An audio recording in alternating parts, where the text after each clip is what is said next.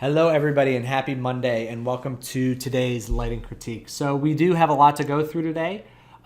We've got somebody requested a breakdown of this sequence from Spies in Disguise. So I'm going to talk a little through that at the beginning. Also going to talk through a lighting setup here in this cafeteria scene, and then we're going to do some breakdowns of a bunch of submissions today. And kind of talk through just normal lighting critique stuff. So let's get started with a breakdown of this. So one thing about this sequence is that it's kind of a bunch of different lighting scenarios all happening at once. The question came up of like, I see this a lot with people. It's like, how do I even approach lighting an animated scene? Like this is all a very complex scene and kind of all overwhelming. And the question was like, do I animate lights? Do I keep lights static as characters are moving around? Do you animate lights with them? And all that kind of stuff. So the first thing that you want to do whenever you're lighting a sequence or lighting an animated shot is just to figure out like what in this world, what in this time of day is emitting light, right? Like let's just start with this.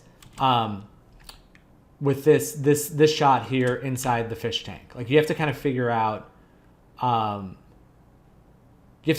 like what is happening, right? So there's like a lot of, it's nighttime outside. There's a lot of surrounding light. That light gets filtered through water, through glass, gets diffused a bunch. You look at a bunch of reference of what a fish tank light looks like.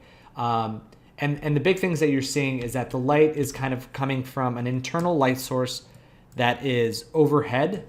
And kind of lighting up the top of this. And the other thing that you're seeing is this caustic patterning going around. And that's a separate light with a gobo on it that is animated and just not in the position of the light or anything, but like in the actual map that's being projected is animated.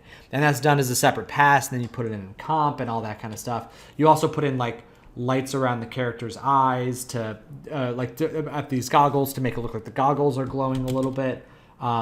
And just like making sure that the light is hitting areas like his hand right here to make sure that that's kind of reading and then like all that stuff. And then as he comes out of there and he starts to move through this space, you have to ask yourself like, okay, what's the lighting setup for this room? And as you can see, there's a bunch of these big lanterns all over the place.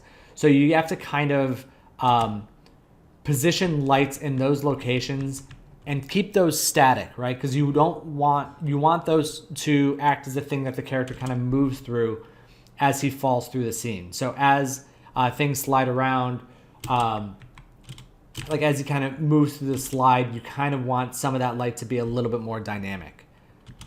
And you want to use those as the motivating force. So like this light is what's causing this rim, like is what's motivating that room. That light isn't actually doing the rim lighting. There's a spotlight back here that's only parented to the character that does that. And then you just kind of have to filter in some other stuff like this major explosion that takes over the whole thing. It's like having to watch his lighting be static. All that stuff is static. And then all of a sudden, boom, it animates up. And it's because he's kind of shaded in there. It's so much more about the lighting on the scene as a whole, like the kind of blowing away of the camera and the exposure gets blown out than it actually is with hitting him with more light. Something like this shot, step through it. So you can see like focus on the character. We've got the same light sources like motivating the light kind of shining down on him there. So just, and then as he pulls this up, the focus shift, like watch the focus on him. He goes from in focus to out of focus because now we're focusing on the barrel of this gun, and you really need to read that explosion. So that was something there. Just bang bang, and then this stuff kind of falls. So the biggest thing is like in an action sequence like this, the questions often come up from people who haven't done it before. Like, do I animate the lights with the character as he's moving along? It's like no. Keep them as they actually would perform in a space. Like if you're being lit by a bunch of lanterns, like keep them as lantern lights that the character passes through. If you have a shot, where'd it go? Like this one, where you've got all these screens around the character, you know that he's going to be illuminated by like these green rims and stuff. And as those animate, you'll see the flickering of the light on him. So unless the light itself is either animating its position or intensity within the scene, keep that pretty static and moving forward there. Let's go to the second part of this sequence. Because again, this part, like once we switch from here to here, it becomes a totally different lighting scenario. Because now the power's out, we've got this like kind of more abstract purple light coming through, and like there's magenta and there's purple, and then there's like a little bit of the green from these screens that are flashing, and that's what's motivating this light here. And the purple and the magenta was just kind of meant as a way to kind of orient ourselves in the room, because we always know that the purple's coming in from one way and the magenta's kind of coming in from the other way.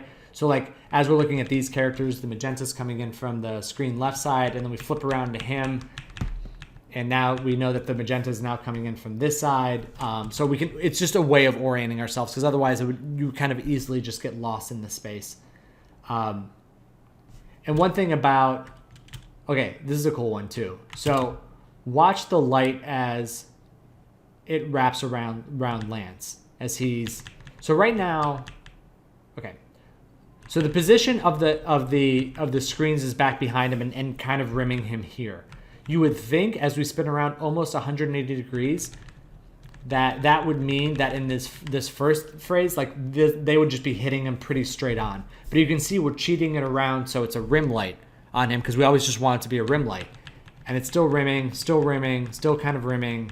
And then as we go to the back, it's more pronounced that way. But it never gets around being like in the back third of him. So we really want to always kind of play up that look of it, because we don't want to just like broadly hit him in the face with the green light, because that's not too great. Do you guys have any questions about this sequence or anything? And then all of this is just comp treatment. This was called Kitty Glitter, and we talked about it forever, and it was worked on forever, and it was just a big kitty glitter thing. So all of like those are Houdini particle effects mixed in with some compositing tricks to make them more glittery and glowy and that kind of thing. So yeah, so this is on YouTube. If I'm not revealing anything that's not already out there in the world. So this is a very fun sequence that a lot of. So I like this shot a lot too, because this involves no helicopter at all. It's just a light being animated upward and kind of picking up these different things that imply that the helicopter is lifting off and leaving. And like this shot, like really emphasizing the amount of green light on him, which we haven't seen it to be that bright, just because we really wanted to pick up his reflection as it was passing by.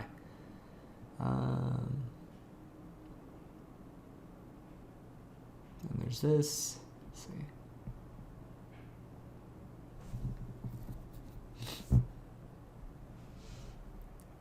Yeah, and so this is all just like ambient blue, snowy light. So again, it's all about, when you're lighting an animated sequence, it's all about understanding where the light sources actually are in the scene, and mimicking the light, the value, the color, whether or not they're moving. All that stuff is based on what the light is actually doing. You can fudge it a little bit, but for the most part, you want to stay true to that. So I hope that gives a good summary of the way we kind of approach that. But let me know if you guys have questions about that. All right. Yeah. In Hollywood movies, in action movies, whatever, real people movies, Mm-hmm. I see a lot, and also in TV series, I see a lot when they have, and I don't know if it's the main light. I think it would be more of just like a fill light, Mm-hmm. where they would have a lot of times the light on a dolly, and it would be following actors while they were walking on the street or something like that. So that's normally not used at all in animation. No, because you can do other things. Like you can move the light further away and just have it light linked to that character. Oh yeah. Yeah, I Of mean, course. Mhm. occasionally, like there was, what movie was it? On Peanuts, occasionally we'd do a thing where we would put a spotlight that was parented to like the front of the character's face, and like as they looked around, just to kind of like, because we never wanted them to get too dark in some scenes, so you just kind of like parent a light like around there, so it was always just kind of following them a little bit. But generally speaking, you generally won't parent a light, like you won't move a light with a character if the light source itself, unless they're like in a car that's moving and it's the dashboard light, then you want to parent, that's more parented to the car. But yeah, very rarely do you do that. All right, so now I want to hop into Andre's coffee shop scene and just talk about like, I'll go ahead and I forgot to say, but I'll go ahead and delete the lights that I created when I was playing around with this, just so we can kind of look at it. So to get a scope of the scene, this is the camera angle here. Can you guys see this? Okay. Can you guys see Maya? Yes. Great, thank you. Yes. Okay, cool. So so we've got this scene. This is the camera angle. Andre, thank you. Stripped out all the shaders on the characters and the set and everything, so everything's just kind of like a white default shader, so we can kind of just like look around the structure of it a little bit. So whenever I'm lighting a scene like this, I always just like, I start with a couple of lights, because I want to simulate, if I know it's daytime, I want to simulate the sky and I want to simulate the sun, because I know that regardless of anything else, you're going to need those two, and those two really are going to drive the majority of the scene.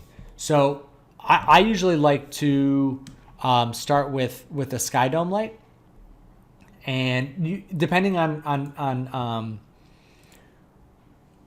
how you're setting this up or like what you're using, you can either put an HDRI map on there. I usually don't, just out of the gate. Like I'll just leave it as a default color.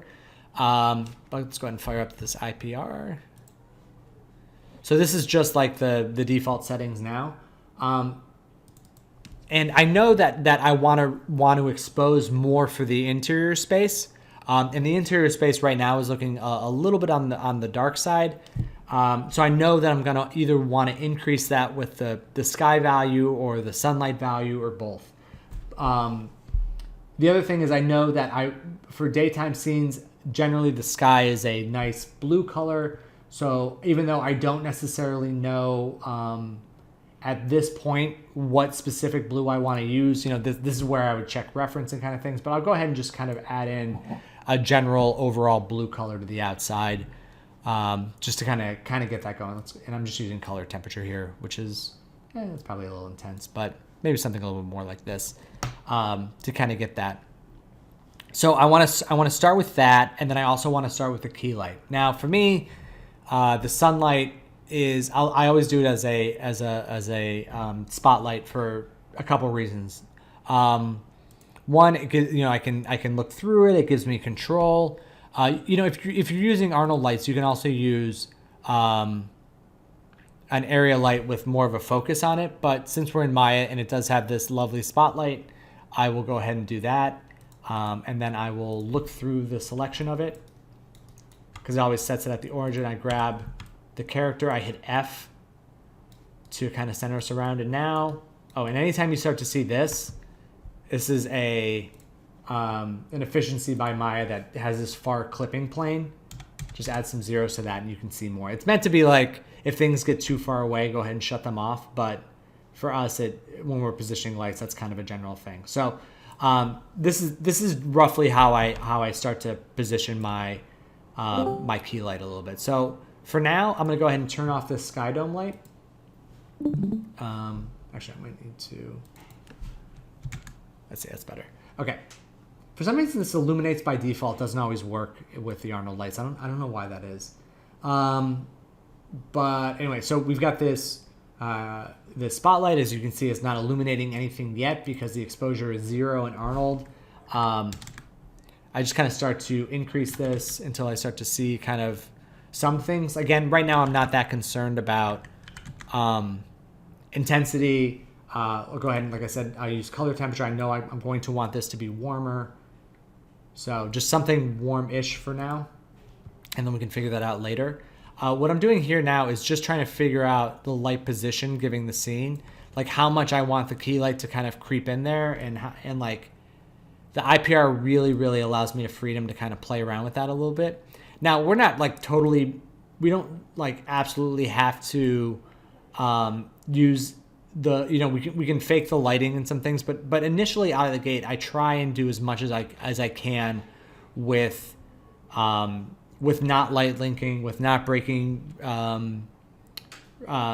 reality, because it can just lead to some other issues. So like I'm seeing that, you know, if I kind of have this scene, this light kind of up in this region here, I'm starting to see some of these things I like, which is just like a little bit of rim around his nose. Like I'm starting to get that little bit of Rembrandt light on him there. She's not quite there yet, but we can do some more work to get her in that space a little bit. And then I can just increase this exposure a little bit, because again, bright sunny day, I really kind of want to get more of an exposure in this interior space. So now that I've got that roughly where I want, oh, the other thing is like I'm looking at this and it's just like a lot of really harsh, hard line shadows in this. Not exactly what I want, especially with an interior space where light's passing through this window. If the sun is going to be a little bit lower in the day, the shadows are going to get a little bit softer. So I'll go ahead and just start increasing this radius a little bit. And again, the radius is totally dependent on the size of the scene itself. So, you know, like a radius of 1 could work if the scene is very small. This scene's a little bit bigger in just Maya scale, so I'm just going to go ahead and start lifting this up. And again, this would be a really great time to look at some reference images and seeing how much softness there is in the windows coming through. I think it would be a little bit softer than this. Like you can see this plant is already soft because it's further away, but these are still pretty close. So I'm just going to go ahead and increase this radius even more to 100.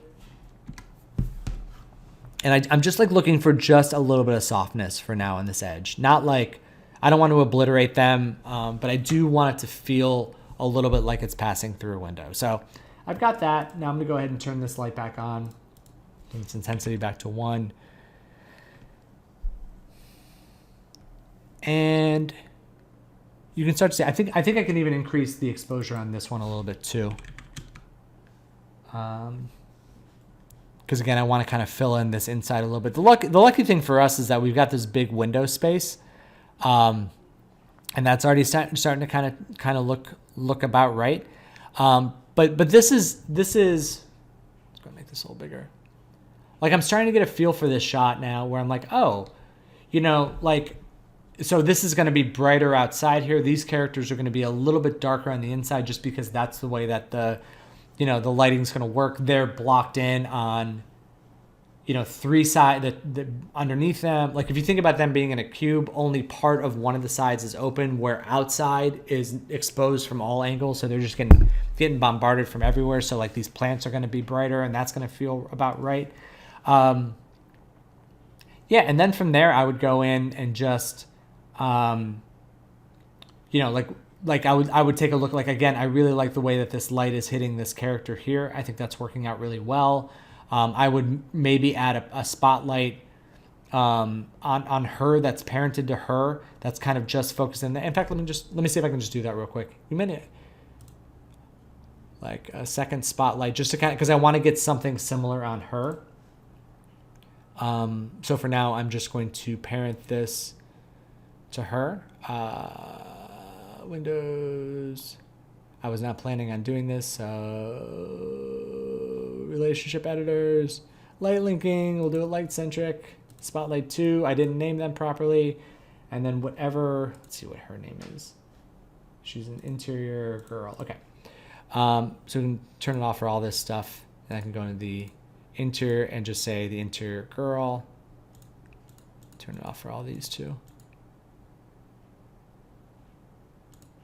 See, yeah, I think that should do it. Yeah.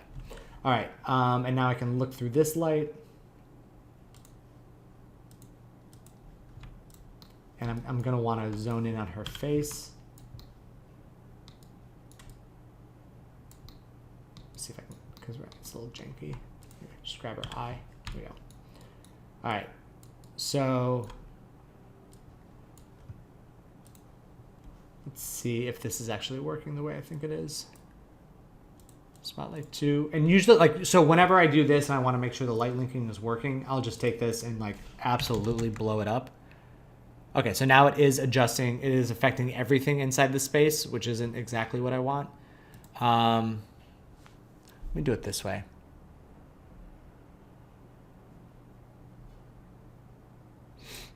Let's see if I can do it object centric. So interior, see the interior is off. I guess that is working the way that I want. Maybe I'm just blowing it up too much.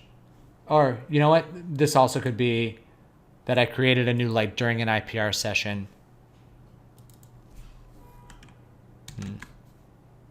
Let's see. Let's turn off the other lights for now.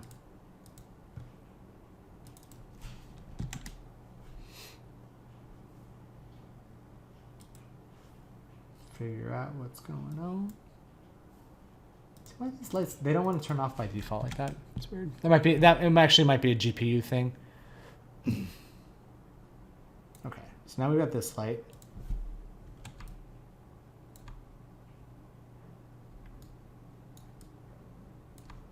It's got a super high exposure. Let's just turn that down just so we can see. Okay. Why are you still affecting things? Actually, that might be a. Ugh. Let me try something.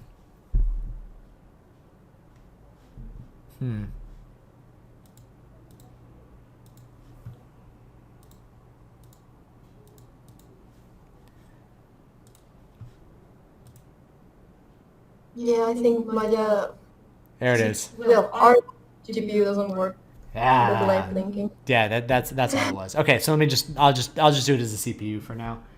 Grr. That's not a thing that lighters use, right? Light linking? They don't need that. All right, so but this will basically like. So now you can see. This one the IPR. Yeah, so it's like when you jack up values sometimes to like super high intensities, like you'll start to see it influence like the secondary bounces on this stuff. But basically, is there a way to kill the secondary bounces? Because that's been an issue for me on certain things every once in a while. yeah, Is that if you see this indirect visibility, if I turn that down, it'll try. Yeah, it'll try, and like max bounces, you can say 1, 2 there, but like turning down the indirect illumination would definitely help that. It might just be so like if I had just like a touch of rim on her. Now the one thing you want to watch out for when you're doing something like this, let me turn on the other light so you can see it.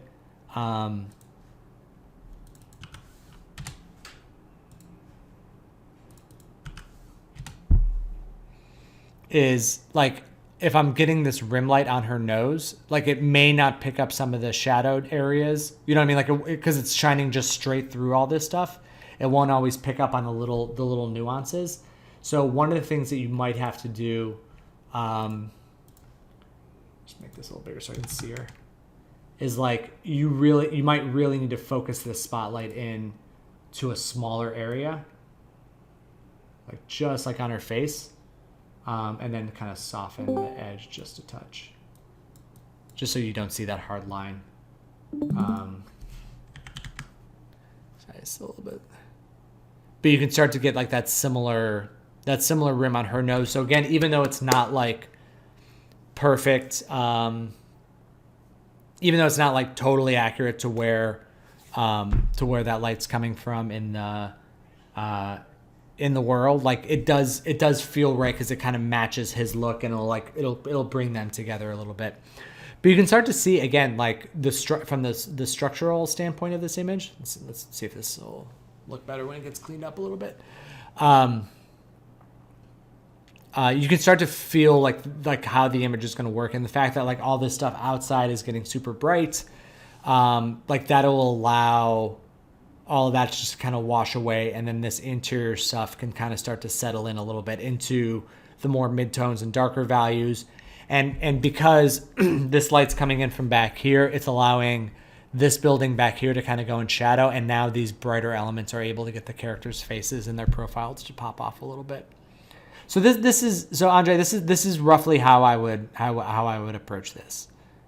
Because when I saw and basically what it was is when I saw the existing file, I was just like, oh, this feels like you can kind of see it sometimes. It feels like a shot where you just kind of like you add more and more and more to it, and it starts to get a little bit unwieldy. I know that I've done that countless numbers of times with my shots, and just by like taking a step back and just having a couple of simple lights in here, you can kind of like be like, oh, okay, and you kind of get your head wrapped around it, and you use that previous knowledge that you've established from all the work that you've done on it to kind of help instruct you as you go forward. Like the second time you light something, it's always much faster.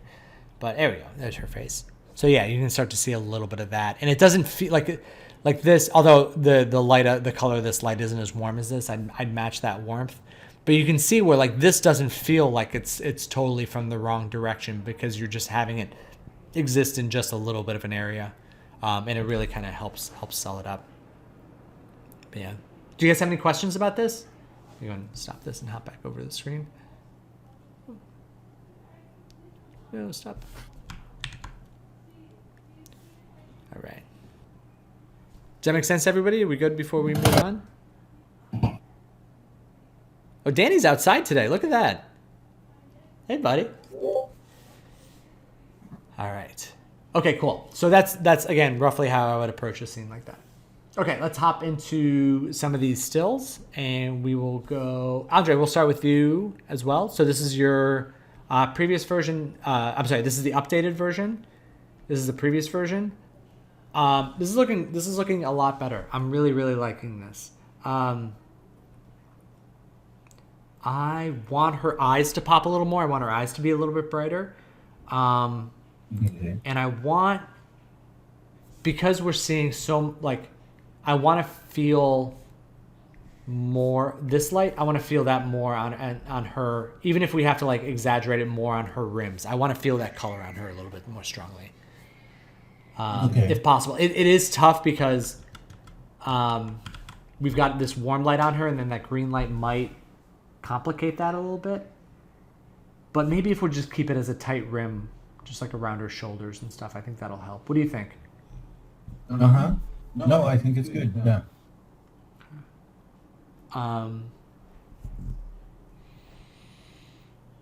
Skin tone's looking good. Yeah, I would say for the next iteration, just try getting that cooler green rim on her hair and on her body as well. And then I think we'll be, and then make the eyes a little bit brighter, and I think we'll be in a good spot. Cool. All right, great. All right, next up we have Ashley, which apparently when I was saving the file, I saved it as the way that she spells her name, not the way you spell your name. So sorry about that. I just looked up here. Yeah, so this is looking good. The ripples in the water are really nice. Like, this is not an easy thing to get, but you're getting like that nice edging of like the light just kind of like scraping along the edge here and just picking up some highlights, which looks really good. And then you've got some darker values in here. Yeah, all of that is feeling really good. Like her, you've got the heads-up display working on her glasses. This one, just because the position is cutting right in the middle of her eye, I'm wondering if maybe for this example, if you go into the map and like flip that around so it's on the other side, so maybe it kind of curves around this way, it kind of misses, or maybe just turn off that element there, just so we can make sure to read her eye a little bit. Does that make sense?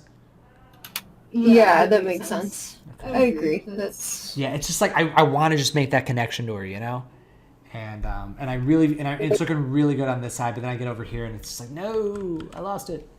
Yeah, like I went in and brightened up the eye whites, and I think that helped it a little bit, but yeah, that might be cutting in there. Yeah, it would be okay if it was just cutting through the white a little bit, but because it's over the pupil and iris, it makes it a little trickier. But yeah, I think this is looking really good otherwise. Her pants tights are... It's interesting because I was like, oh, they look super sleek, like they're almost like how a wet seal would look. But I was thinking about it, and I was like, that's how future clothes are probably gonna be. So that kind of makes sense, right? Like it doesn't. It feels like a super sleek material, but I guess that's right. Same thing with the shoes. And then once we get this eye cleared out a little bit, it might. Oh, I don't know. I was gonna say it might be we can push the key light a little bit stronger, even in the diffuse on that key side, because you've got some really good specularity in there. Maybe just like a touch more on that side, and I think we'll be good. But everything else is looking really nice. Maybe and then something else is like, as I was squinting my eye at this, the darkness of this railing might be a little bit. I would just add like a little bit of more haze on it here, just to kind of get that dark value to not quite be so dark, because it's a pretty graphic going straight across the scene. Just put like a little bit more haze on that. Okay. Yeah. Does anybody else have anything? I feel like this is looking pretty good. Yeah, this is looking great. Like the elements that you're adding, like the rain and the water and the like wet, like all that stuff is really, really hard. Like I wouldn't have done it. I would have been like, no way. So really, really good job. You've got your level of difficulty is high on this one. Cool. Yeah. I was thinking about it as like, do you ever watch the Olympics where they're like, oh, that amazing diver did this triple backflip, but that's a low, I don't know. It's like a low challenging move. I was like, they all look really hard, but yeah. But this is a higher challenging move. Brenda, this is looking really great. I still think the eyes can go a little bit brighter. But I love the color that you've got infused in here on the side. I think that's working really well. Is that here? You can see it. The eyes could fall more. Ooh, it's a little bright. Maybe more like into this range. Okay. But other than that, I think the he looks like Woody. You know what I mean? And that's that is not easy to do at all. Again, with a character that's so recognizable, that's so beloved by so many people, that I've seen for countless hours on TV screens, in my adult life, that I think that this looks really, really good.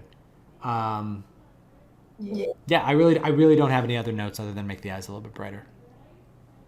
Do you guys have anything? Cool. Anything else I'm missing? Yeah, I think it looks good though. You're really, really, really good job on this one.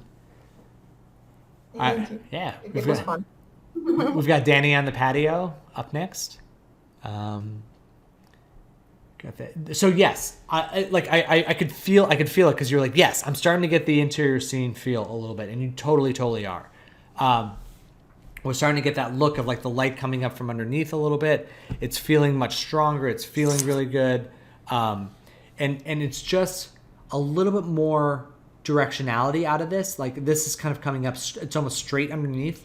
When really it's like the light comes in this way and then goes that way. So if we could just lean that light a little bit more that way, just tilt it a little bit, I think that would be a little better. But the overall feel is looking where we want it to go. My question with the tilting is, because it's tilted, it doesn't hit the floor, and then even now the floor looks dark. Well, and it's like flat. Yeah, the floor does. I mean, are you talking about because I think the floor actually looks pretty good. Like, because there is this brightness and it does fall off as we go right here, and I don't really like there is value shift along the floor this way too. Like as we go into darkness, I don't think it's that flat. I think it's actually looking pretty good, and it's also like the structure of it, which is something you don't think about, but is that it's like in the lit area. It's lighter around the entrance, and then it fades off. In the fill areas, it actually does the opposite because there's more light that's blocked right here, right next to the wall. And then as you get out further away from the wall, more light's able to seep in, so it actually goes darker to kind of brighter out here and then back to darker as you get further away.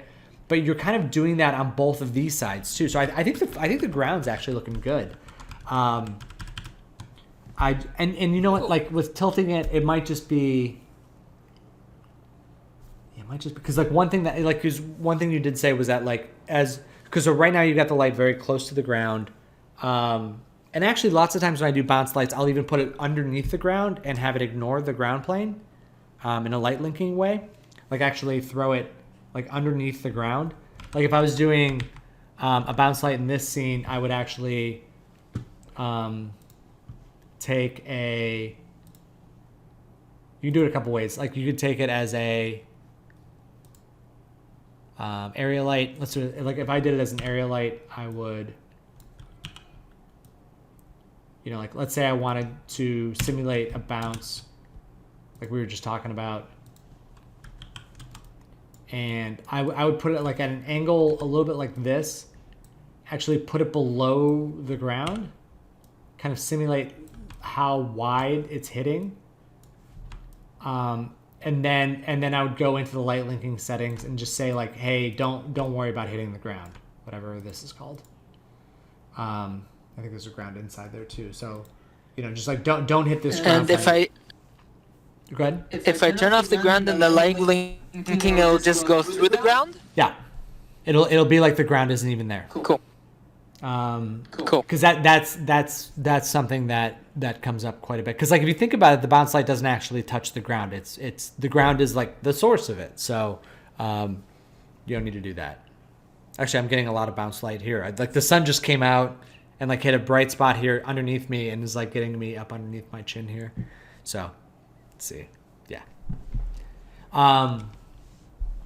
So that's how I would do that. But it's like, but the structure of it's starting to look really good. And I think you can push the intensity of that bounce light even just a touch more.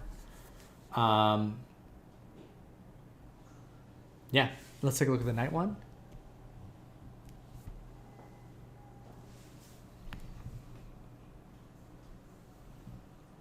Yeah, this is look good.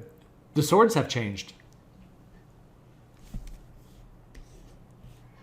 It was animated for some reason in the thing. Gotcha. I fixed it since the next one. I don't know why that stood out to me because I've just been looking at it for a while now. So one of the things that stood out to me was I guess it was the bump in the carpeting. Felt a little bit high. Now that we're seeing it a little bit fuller, like larger res, it's not that it's high. It's just that it's very jaggedy. Like it's very kind of harsh. Like it looks like the same, like similar bump as the concrete wall, and I would just expect it to be a little more lush than that. So it might be a combination of two things. It might be the bump. It might also be a little bit of subsurface in there to kind of soften that a little bit, to soften the like because rugs are meant to feel, you know, more cozy than that. But yeah, I think everything else is looking pretty good. What do you guys think?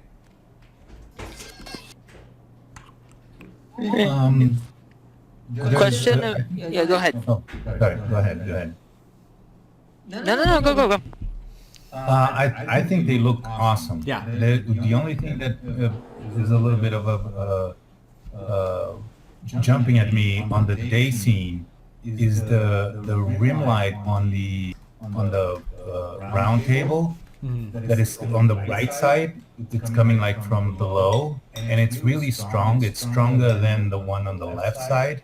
So it kind of like I get a feeling of like where is that light from that is giving that rim light.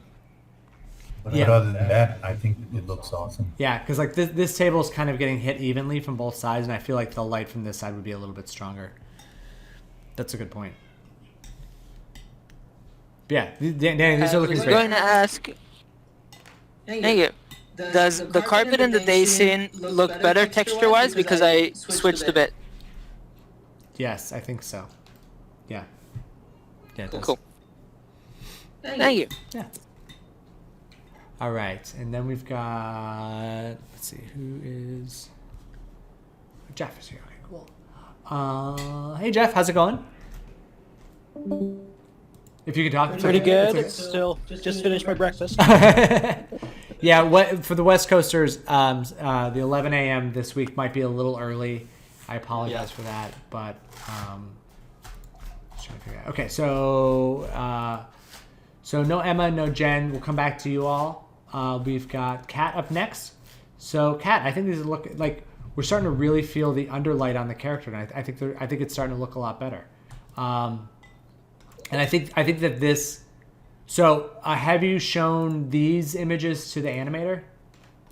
Not yet. I usually send him stuff Tuesdays. Oh, gotcha. Because I work on them like because I have Monday and Tuesdays off, so I put a lot of time into it on Monday and Tuesdays, and then I send it to him Tuesday. Okay. Tuesday afternoon. So for your next iteration, I wanna let's see. I want to soften some of these shadow lines because he'll probably react to those. In that, not so much. Yeah. Yeah, just a little bit. I think. Are you talking the window blinds? Or Yeah, just a little bit. Just because in a couple of shots, like I'm looking at this as a little bit of a harsh shape. That's drawing the attention a lot. Yeah, I was debating on how to fix that, if I should move the light as the shot goes on, but I just might increase the radius on the light on that light. That'll make the shadows a little less harsh. Totally. Yeah. That's what I think would be best. In terms of that, I think just do that and send it over to the animator, and then we'll see because there's some shader cleanup stuff we can do, like getting the. Because like right now in the black and white image, the teeth and the skin feel about the same value. We can get the teeth to pop more. We can do eye stuff. But I just want to make sure, and caveat that when you're talking to the animator. But I do think... I know he said he wanted the teeth, from the last iteration, he wanted the teeth to look a little brighter. So I think I added some spec and made them like a brighter white. Yeah, definitely go further. Because like, let's just using this. Just grab it. Yeah, there's some shots where his teeth are really prominent, so I need to. Yeah. I'll work on those too. Let's see if this works. So. I mean, we could make him like a smoker dude, but. It's really just getting. Mafia style. It's really just getting the read. Because they help really get the dialogue and everything like that. Like, animators are obsessed with teeth and tongues. Because, because it just like helps get their character to read. So it would be a little bit more, I'd say probably in this range. And then same thing with the eyes.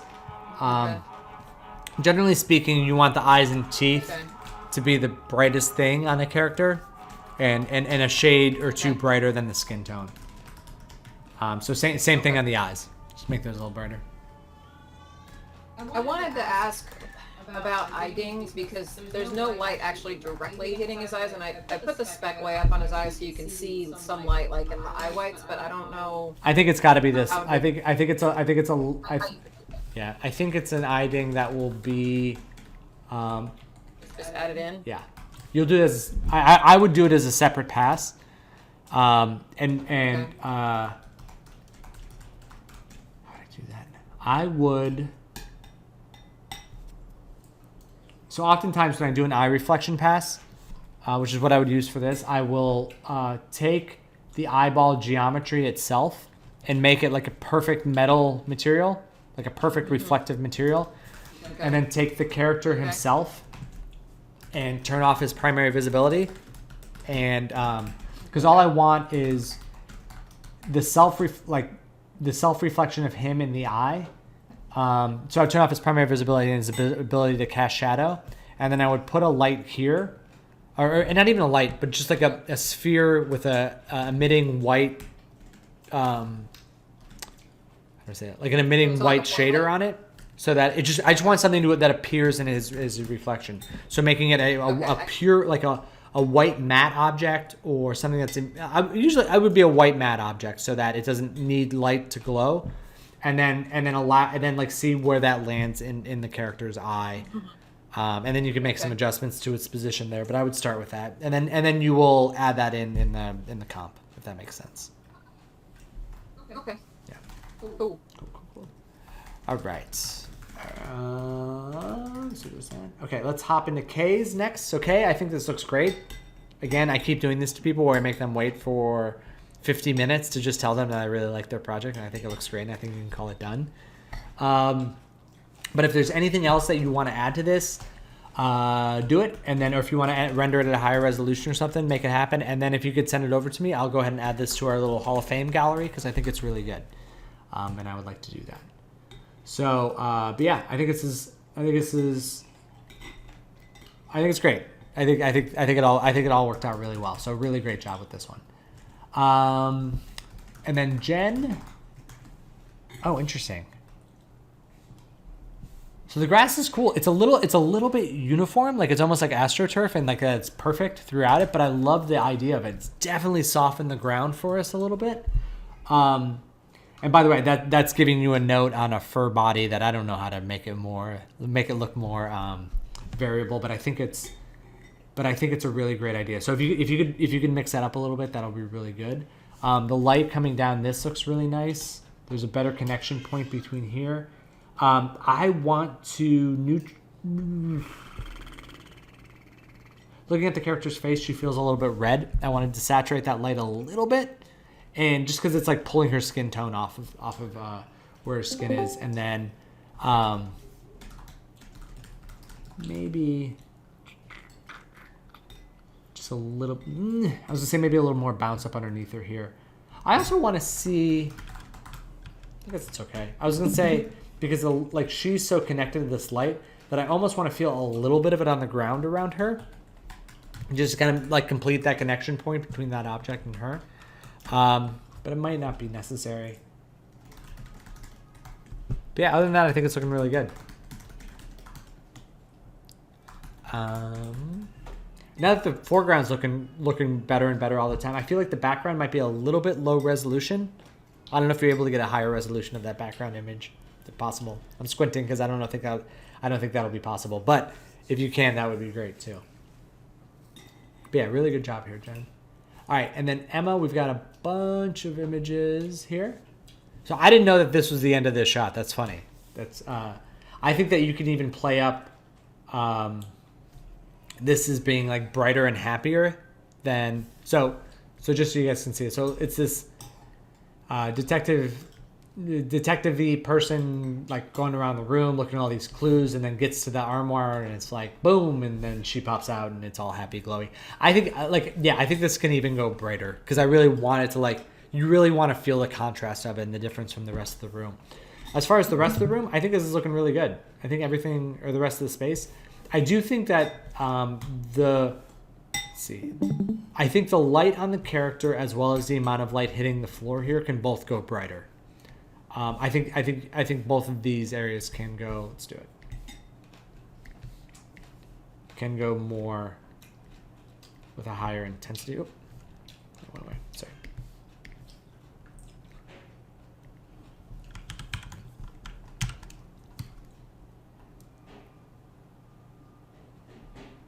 Some more up along this realm.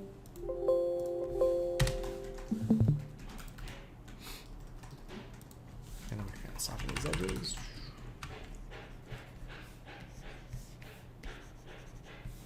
I think we can go a little bit brighter there.